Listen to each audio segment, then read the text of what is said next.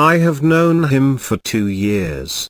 He is one of those distant neighbors who had through casual interactions become a friend. In the months that we lived together in the same neighborhood and when we occasionally ran into one another, our conversation never went beyond the usual inquiry about the weather or the offhand question, "How is your family?" As a casual friend and neighbor, I had observed him from a distance. He was introverted and easygoing, almost self-effacing. I knew him as someone who minded his business. He never got into trouble with anyone. That was as far as our friendship went until a year ago when I began to see him with a lady. Once, he timidly introduced her to me as his fiancée. He reappeared in the neighborhood again after a month only to apologize for not inviting me to his wedding. I got him a small gift and wished him a happy married life.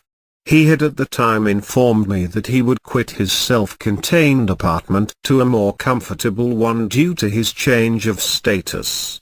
This was more than a year ago and as they say, a lot of water has passed under the bridge. Last weekend, when I again ran into my old friend at a barber's shop where I went for a haircut, he had changed a great deal.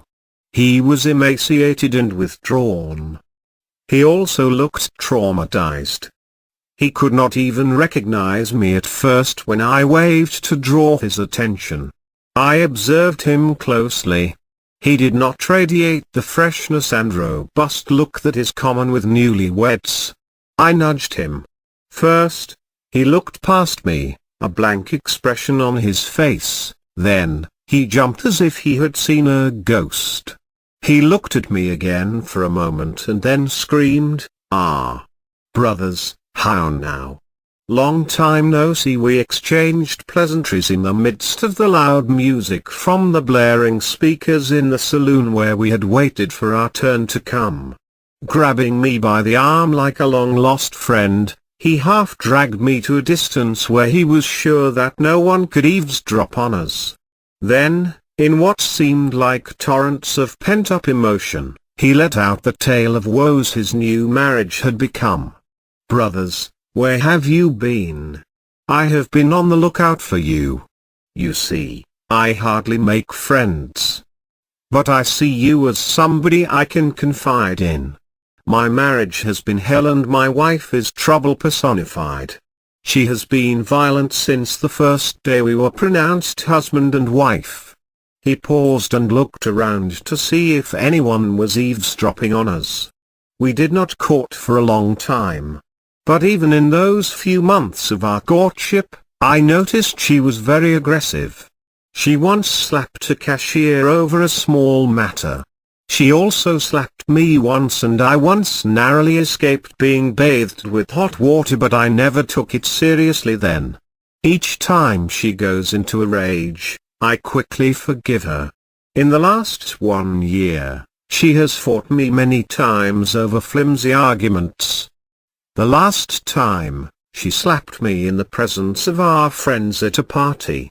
The other day, when we got into an argument, one of the many we had had, she sliced my arm with a razor.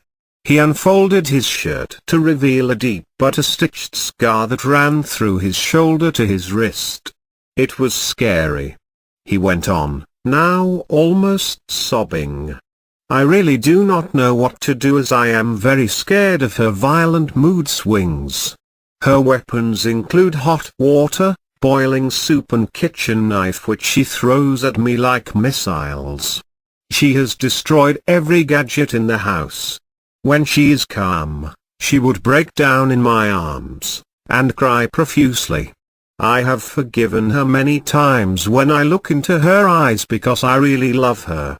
What should I do now? Things have become even more complicated now that she is pregnant with our first baby." He proceeded to show me deep scars of teeth bites, nail scratches and injury marks, results of months of violence their marriage had become. It was unbelievable. Now, he has taken to drinking. We returned and both took our turns to have the haircuts that had brought us to the hairdressers in the first place. Later, we ended up in a bar where he quickly drowned 2 bottles of beer. I did not know what to say. Third-party advice in marriage is always a tricky one. I watched him as he drowned 1 glass of chilled lager after the other. He looked pathetic. Relationship between a man and a woman has always been a complicated one. This is even more so when violence is involved. I have come in contact with women who had been at the receiving end of some of the worst forms of domestic violence. But a battered husband is thought to be rare or hardly discussed. The first reaction upon knowing about the topic of battered men, for many people, is that of disbelief.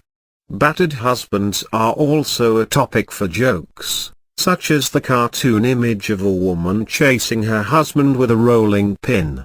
Violence against husbands has historically been ignored or subjected to ridicule and abuse.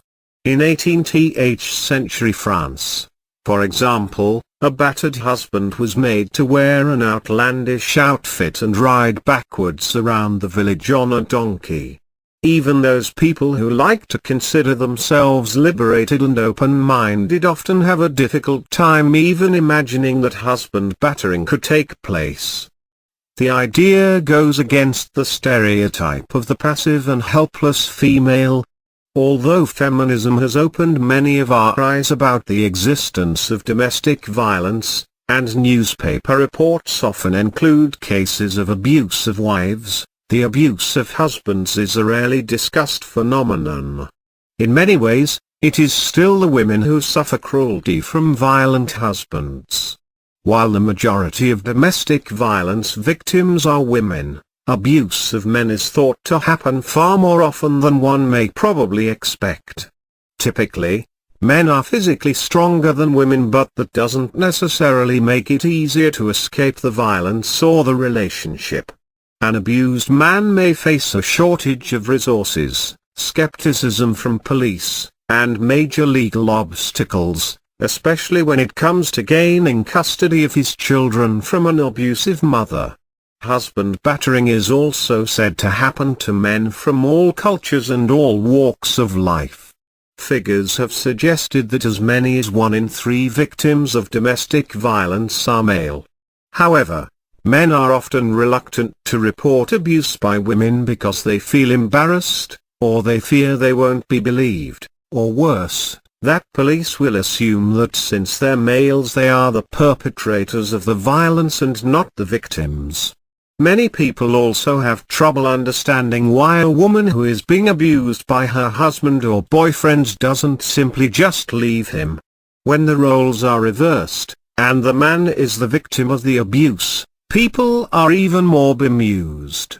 However, anyone who's been in an abusive relationship knows that it's never that simple.